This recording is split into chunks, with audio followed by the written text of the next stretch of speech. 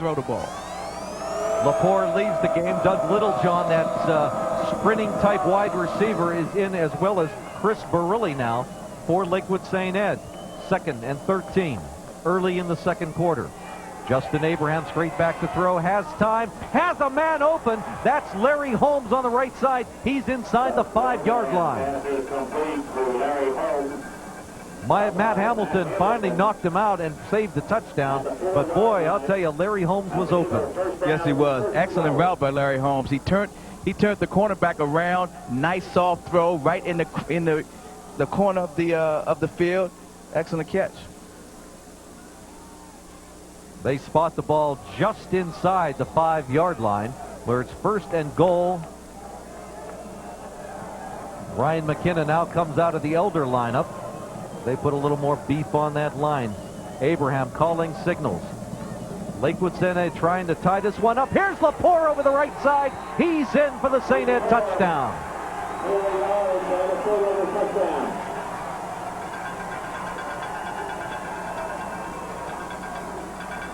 Chuck Butkowski leading the charge there and opened up a very nice hole. Yes, he for did. Chris Lepore. Little misdirection. Fake to the fullback, gave to Lepore. Nice hole off the right side. Touchdown. Lepore is the workhorse for this team. Paul Cepio, who kicked that game-winning field goal against St. Ignatius just last week, is in to try the extra point. He's hit 22 of 29 so far this year. Good snap, good hold, and it looks like a good kick as well. Gets it up there just real well. 7-7 Elder and Lakewood St. Ed with 10:41 to go in the second quarter of play. Now we have a ball game. We have a ball game. Both teams have shown that they can score. Both teams have shown that they can stop one another. Now let's see who has the most in them. Who can go down and score again. I remember seeing some stats from St. Ed's, and it'll be interesting how this bears out, Mike. In the second quarter of play this year, St. Ed has outscored its opponents 104-0. Wow. So, wow. They have been strong in the first and second quarter. Frankly, they've been strong through the whole game. But the second period just popped right out at you. They've outscored opponents 104 points to nothing. So they've been able to now tie up Elder with 7 points here early in the second quarter, the early moments of the second quarter. I wonder if that's a stat that Elder knows about. Yeah, 10:41 to go in the second quarter of play. We're tied, St. Ed's and Elder.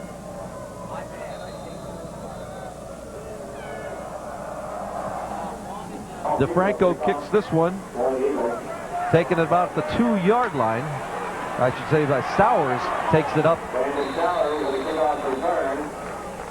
Kicker was Cepio, who had just kicked the extra point, and Sowers brings it up over the 20-yard line, where he's finally tackled by Tim Roberts. Sowers had one more man to beat, and that was his own man that he ran into. If the guy would have got out of his way, he would have had a lot of running room.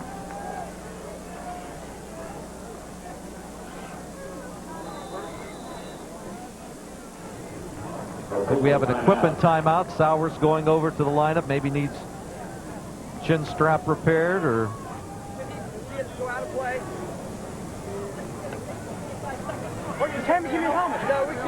or mouthpiece. There you go. Sowers has his... everything seems to be equipped right now, and he's back into the game. Elder with a touchdown in the first quarter. St. Ed's comes back in the second quarter.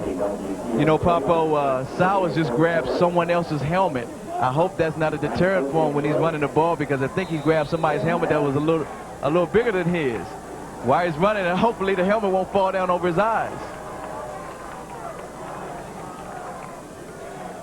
1st and 10, ball at the 24-yard line. Ryan, just before he gets hit, gets the ball off to Egan. Egan is knocked down, but certainly pressure from DeJuan Croce, as he's the one that made the tackle on Pat Egan, and the ball was just in there. Otherwise, it wouldn't have been complete. Yeah, a lot of pressure on Ryan. He had to get rid of the ball right away, because if he didn't, he definitely would have been eating it.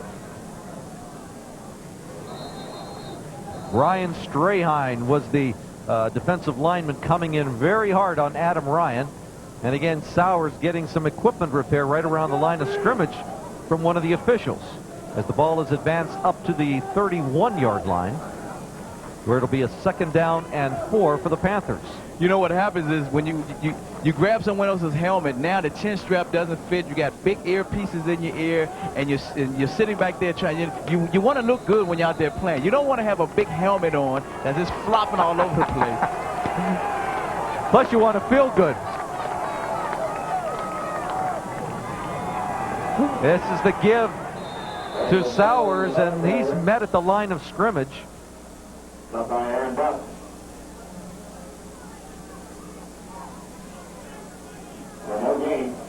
Aaron Buck made the tackle for Lakewood St. Ed's, and they'll spot that ball right at the 32-yard line, where it'll be a 3rd down and about 4 yards to go for the Panthers. Big play, both sides of the ball. Egan comes out to the right, Dan Stricker to the left. The two big receivers both have well over 700 yards in receiving yards. Sowers goes in motion to the right, and Ryan right back to pass, looking for Sowers, and he falls down, and Gross almost made the interception. He makes that interception. He can keep running. Without a doubt. One of the things you have to do as a passing team, as a receiver, you must stand up. If you don't stand up, this ball is going the other way for 6. You must stand up as a receiver because you know where you're going. The defensive back doesn't.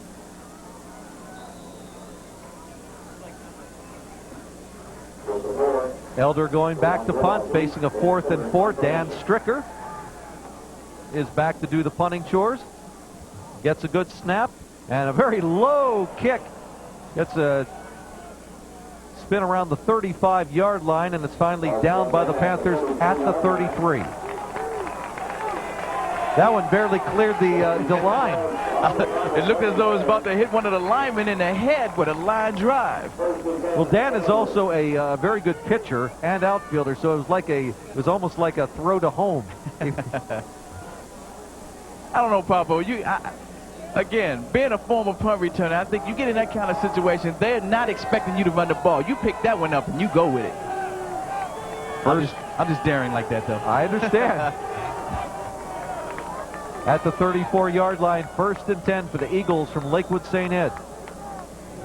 Abraham, a couple of fakes, has protection, throws into a crowd, and Larry Holmes is the one that came closest to it as the ball is incomplete. Matt Hamilton was back there defending. Poorly thrown ball by the quarterback. I think he was a little indecisive of exactly who he wanted to hit with that pass. You really could take your pick of about 3 people. 2 were at midfield, and Holmes was deeper. Nate Hudak now split to the left side for St. Ed's. 2nd and 10 at the 34-yard line. Confusion in the backfield as Abraham ran into one of his backs. He has to run it up to about the 36. I think Abraham wasn't sure exactly which hole the running back was going to, and it was luckily it wasn't a fumble on that play.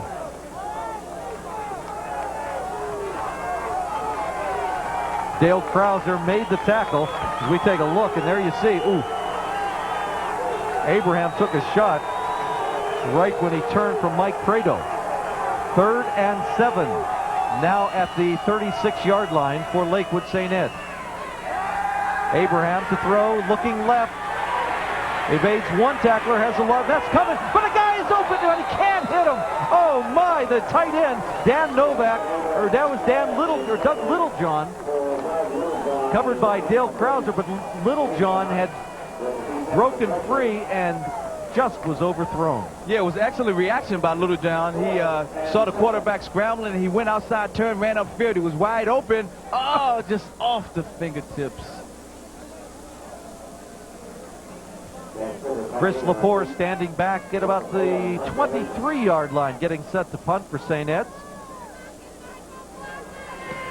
It's a good snap and kicks one away, taken at the 34, and Mike Martin isn't back there, I'll tell you that. I'm back here pulling my hair out, man. The guy, he had 5 yards to run. You have to run with those kind of balls. Pat Egan takes it up to the 34-yard line, and that's where the Panthers will take over once more.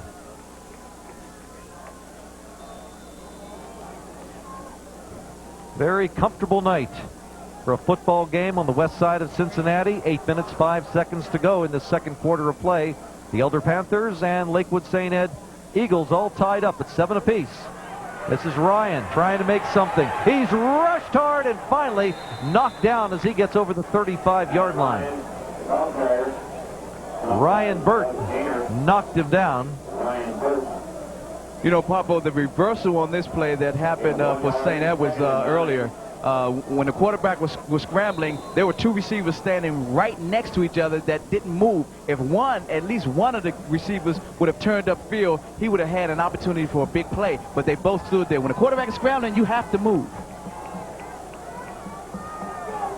1 yard gain as Ryan didn't get that one off. One of the very few he wasn't able to find a receiver. Second down at 9. Adam Ryan flipped a little bit, and now he has to just eat the ball back at the 27-yard line. Delonte McGraw was back there. A lot of pressure by St. Edwards. He was coming up extremely hard. You know, it's a lot of passing going on in this game, and I think the team that could figure out how to stop the other team is going to wind up being the team that's going to win this game, because neither one of the ball clubs are really moving the ball that well on the ground. Mm-hmm. This ball is pushed back now to the 28-yard line. 3rd and 17 for the Elder Panthers. Stricker and Egan now split to the left side, and they give it to Sowers and try to cross him up, but they only crossed him up for a few yards as Sowers carried up to the 30-yard line. That's where Ryan Burt was there to meet him. You know, as much as Elder's passing the ball, I mean, why not give it another attempt on that play? I know they were saying, well, we're going to try to fool them this time. Don't worry about trying to fool them. Just go ahead and do what you do best, throw the ball, because there's an opportunity to get the ball downfield. There you see Sowers trying to pick an opening, but nowhere to go. Nowhere, no gaps.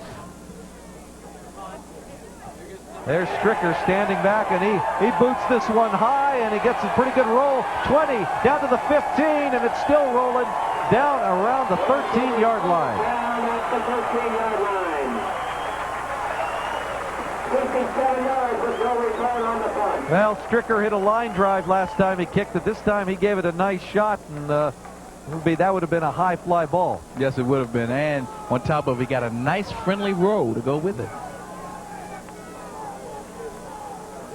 St. Ed's back on offense. They're tied up with Elder at 7. 5:49 to go in the second quarter of play.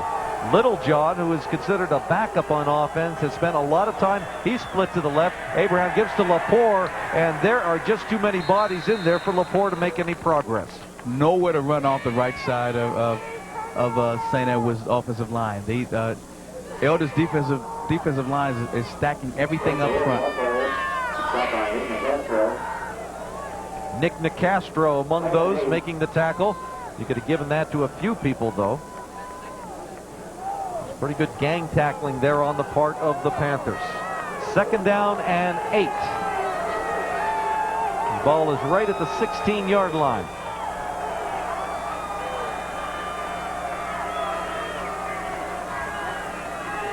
Abraham, the pitch. That is Chris Barilli trying the right side this time. He gets up over the 20-yard line, but not much more than that. Nice hard running, though, by Chris Barilli. He hit it up in there pretty good. He's another one of those running backs that like to dish out punishment as well as take it. 21-yard line. Never could understand those kind of guys.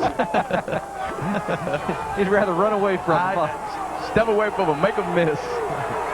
Third down and 2 for the Eagles. Ball at right around the 22-yard line.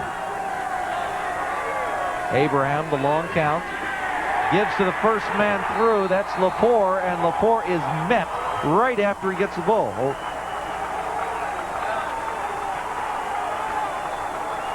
Jason Ott came up and made the hit for Elder, and really, there you see Lepore get it, and Jason Ott just got him just like that. Excellent defensive call. They knew, seemed like they knew exactly what was going to happen on that play. It had a blitz on with a draw.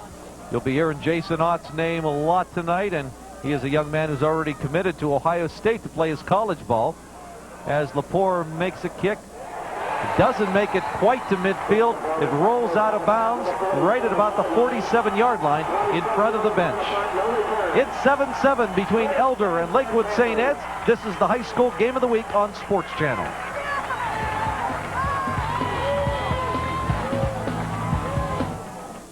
Cincinnati's All Sports 1160 AM The Score is the home of the irreverent I-Man. Imus in the morning. The Score covers football, basketball, hockey, baseball, high school, college, and pro. The Score covers it all. Imus in the morning and All Sports all day. Cincinnati's All Sports 1160 AM The Score. Once there was a time when only men could dream of one day being hailed as pro. Change is good.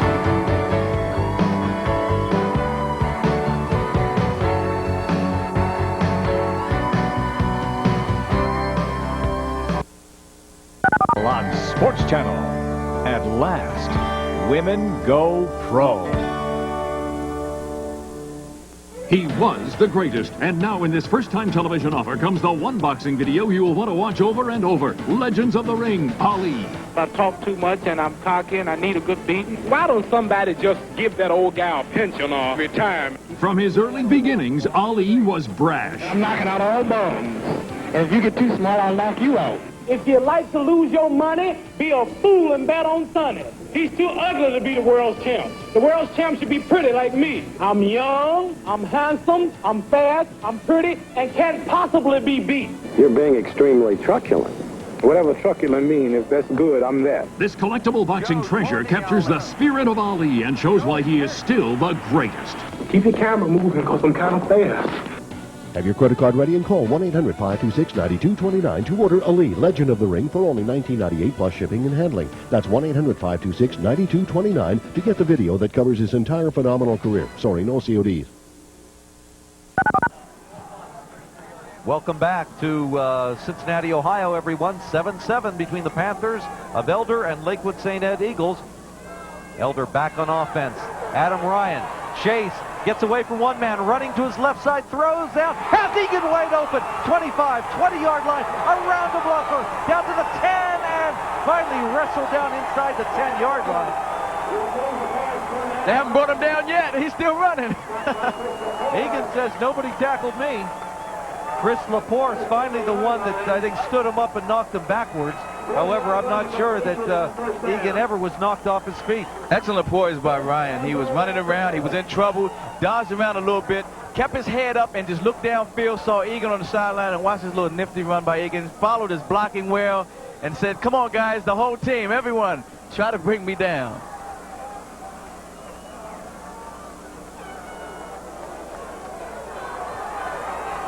First down and goal to go at the 7-yard line for the Elder Panthers. They have 3 minutes and 13 seconds to go in this first half of play.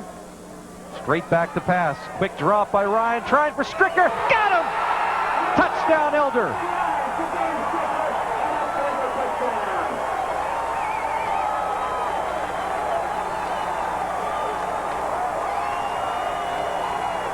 Tell you what, not bad coverage again, Mike. That's just a well-thrown ball and a good catch. What an unbelievable throw by Ryan. He laid it right up there for his big, tall 6'2" receiver, Stricker. Excellent catch. That, again, was DeJuan Gross, who was on the coverage. And been a good coverage man here, but I'll tell you what, the ball's just outside his range. So with 3 minutes and 4 seconds to go in this second quarter, DeFranco has missed his first extra point of the season, and Elder takes the lead in this one, 13-7. That one could come back to haunt him. That one definitely could come back to haunt him. We had mentioned DeFranco was 22 for 22 coming into the game. Hit the first one, but this one sailed to the left. I think we may have jinxed them. We talked about it too much.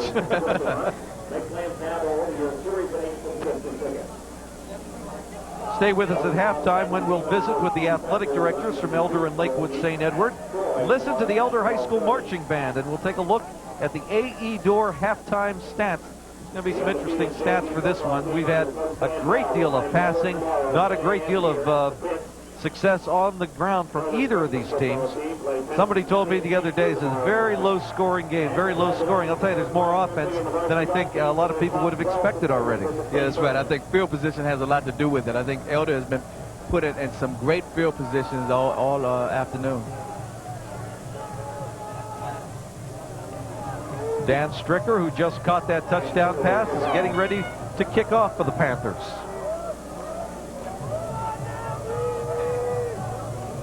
Lakewood gets it. They'll have just a little bit over 3 minutes to go in this first half of play to make a comeback. So these are the first points that have been scored all season on Lakewood St. Ed's in the second quarter. Littlejohn picked it up finally at the 3, gets up over the 15, and he's knocked aside there.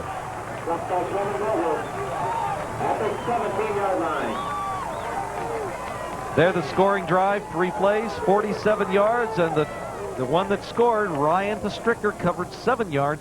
The extra point was missed. Elder up 13-7. Now St. Edwards is in another situation where they haven't reached their 20 yet. Field position has been very important throughout this game, and St. Edwards is not getting on the positive end of the field position. Certainly, with them pinned back like this, they want to move the ball and not give it back to Elder before this first half ends. Abraham back to throw. Has time, throws long, and it's broken up down there by Ryan McKenna. He was going for Larry Holmes down around the 40-yard line. McKenna and Holmes both went up for the ball. No flags and no pass completion. Nice play by McKenna. He definitely tried to catch the ball at the top of his flight, and that's one thing you want to do as a defensive back. Go up and battle the receiver for the ball. He did an excellent job on that one.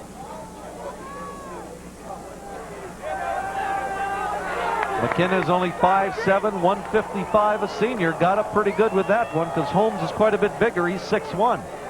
2nd and 10. Give to Lepore, right side. Trying to follow his blocking to the 20, maybe to the 21.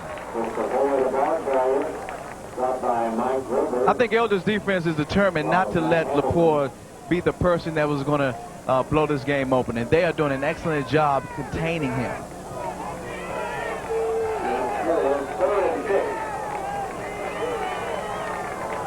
Third and 6 now facing Lakewood St. Ed.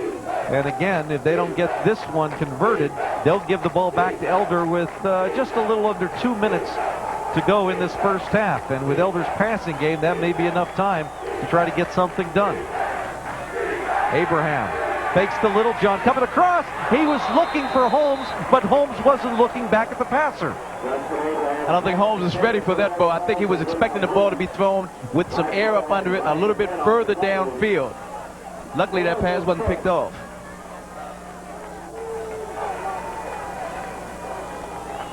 That's Abraham heading back to the huddle. Heading back to the sidelines to talk with Coach Jim McQuaid. 4th and 6 now facing St. Ed's as Lepore standing back right about at the 8-yard line. He'll kick this one away. Snaps a good one, and he gets it away very quickly. And it sails up to the 50-yard line, taken by Egan right at the Elder 49. So Elder will have 1 minute 58 seconds to do something with this one. They already have grabbed a 13-7 lead. Now this is a great opportunity for Elder to definitely go up even more. You got less than 2 minutes left. You have a passing team going against a good defensive team, but the way Elder's been moving the ball, I think they would definitely try to pick away at St. Edward's zone defense. Stricker comes split to the right side. That's Egan to the left. Sowers goes in motion and flanks now to the right. Ryan back to throw. Pressure from the left side and slips at the 39-yard line. The crowd thought that was a late hit and an unnecessary hit from number 97, Rodney Bailey. And Ryan Burke was also in there. I also think that was a coverage sack. When he was ready to throw, there was no one to throw to. He's back there looking around to see who he can hit, and this wound up slipping. Second time we've noticed him slip today. 2nd and 19 now as Lakewood St. Ed comes up with a big play on defense.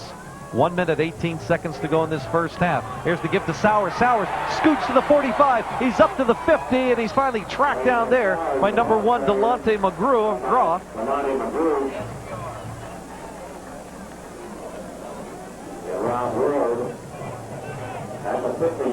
Now that was a situation when Elder definitely caught them off guard. They went into man-to-man coverage. Everyone's chasing receivers, and they slip Sauer right up the middle of the field. Nice gain. Rob Ward also helping out on that tackle. 45 seconds left in this first half. 3rd and 10 now for the Panthers. Ryan straight back, nobody to throw to, and he gets away from the sack. Tries to get away again, still on his feet up to about the 50-yard line. Still about 10 yards short of the first down. He's slippery.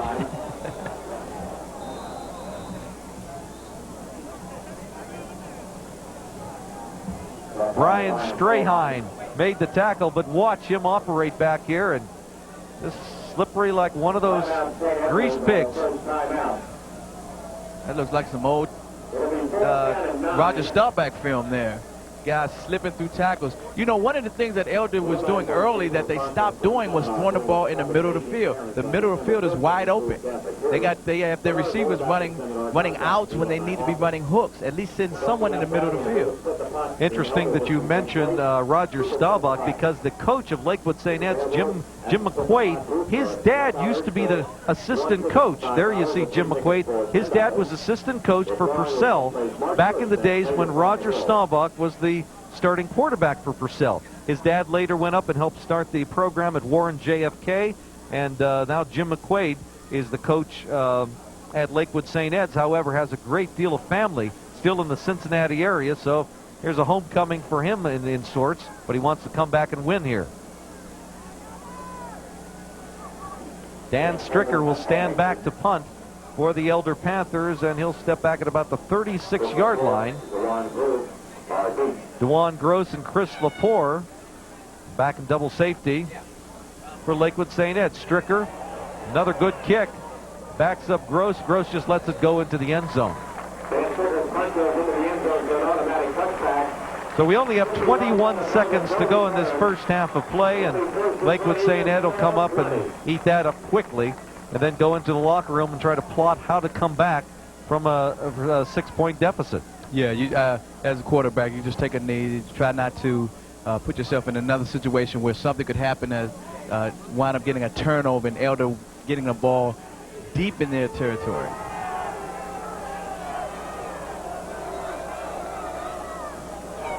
First and 10 right at the 20-yard line.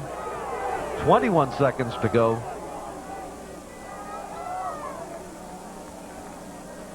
Abraham.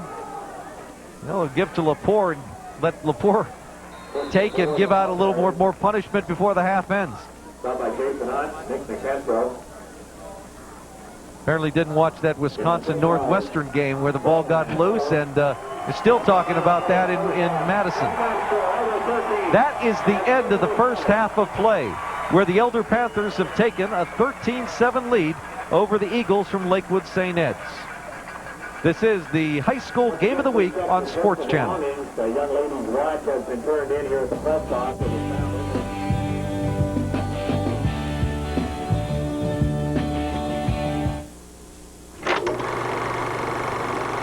We have safety rules that car drivers and people who are walking must obey. Now,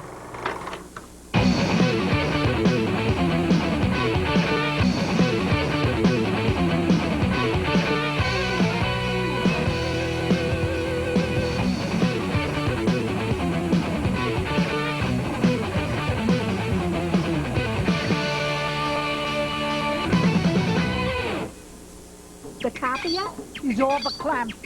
It slices, it dices, but it doesn't make copies. This was your expense voucher. If dealing with your copier is the most dreaded part of your day, you have one easy solution. Call Pro Copy. Superior inventory and selection of Konica copiers, same-day delivery, and factory-trained service add up to the answer to all your copier problems. Pro Copy and Konica. Everything you need, more than you expect. Call 769-0606. Copy on fire. Copy go boom. Total is $68.92. Oh, no, I'm out of checks. $7 cash.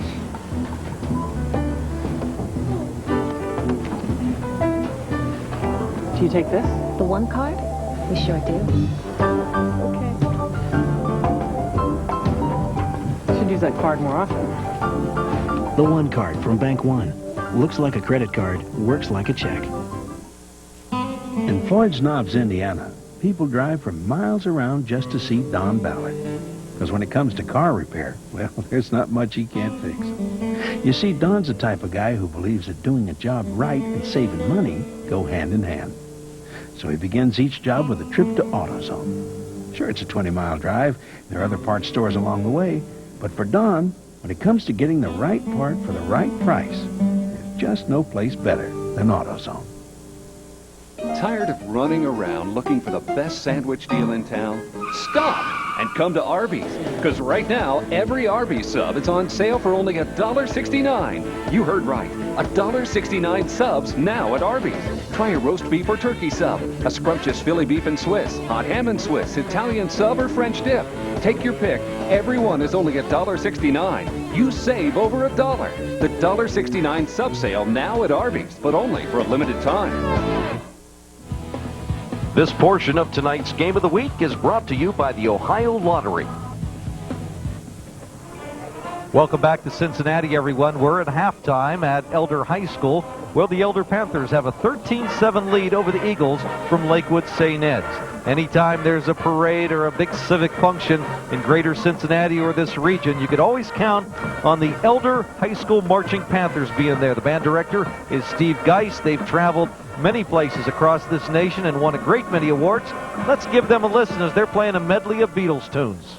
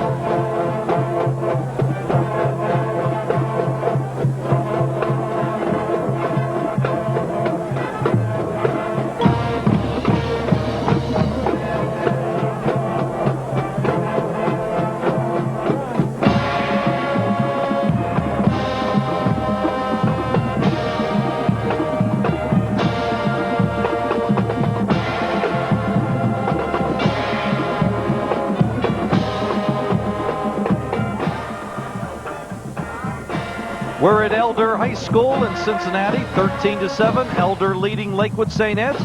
We'll be back with our halftime festivities right after this. This is the old left-hander rounding third and heading for AE door sales. A lot of people want to tell me where to go, so I go to AE door sales. When I call a play, it's usually right on, just like the products and service you'll get at AE Door Sales. I landed a great deal with my buddy Bill Weber at AE Door. AE Door Sales is quality-minded about what they sell. AE Door Sales. We sell the best and service the rest. Tired of running around looking for the best sandwich deal in town? Stop and come to Arby's, because right now every Arby's sub is on sale for only $1.69. You heard right, $1.69 subs now at Arby's. Try a roast beef or turkey sub, a scrumptious Philly beef and Swiss, hot ham and Swiss, Italian sub, or French dip. Take your pick.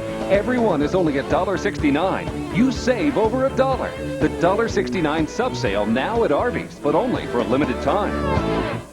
If your life is hectic as mine, here's a whole new way to relax and enjoy the best chili in Cincinnati.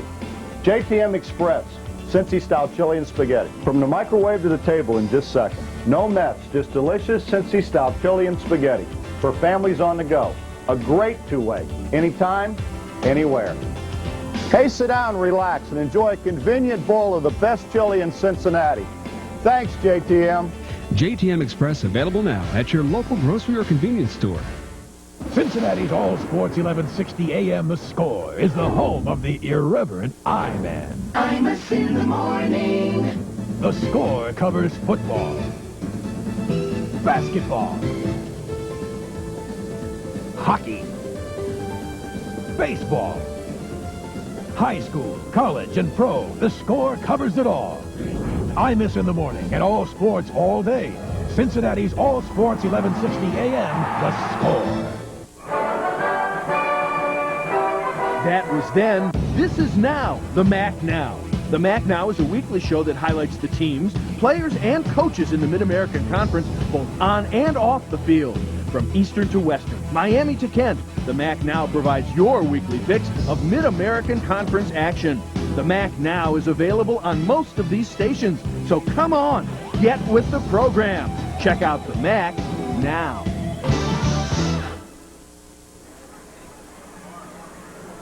Welcome back to the Sports Channel High School Game of the Week. There you see it, Elder leading St. Edward 13-7. One of the things we try to do every week is highlight the different activities and different situations and teams at the various high schools.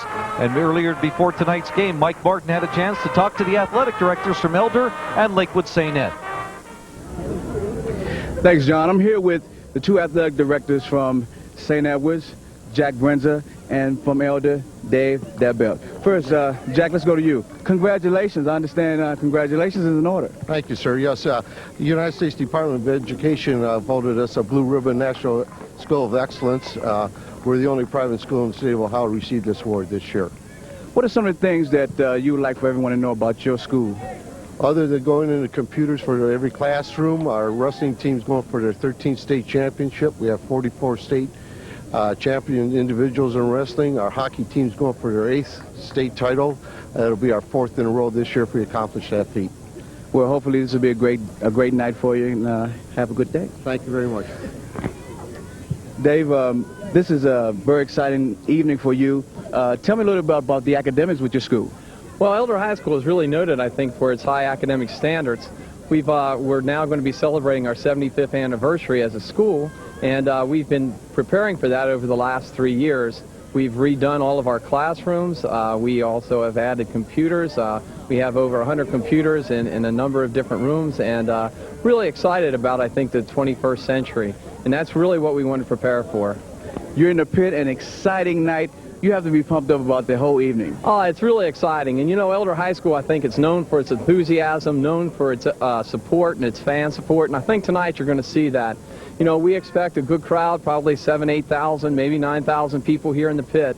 And the enthusiasm that these kids and the parents and the fans and the alumni have for Elder High School is, I think, unmatched in the state of Ohio. We have 18 championships in a number of different sports throughout our history, and it's just a real rich tradition of athletics and fan support.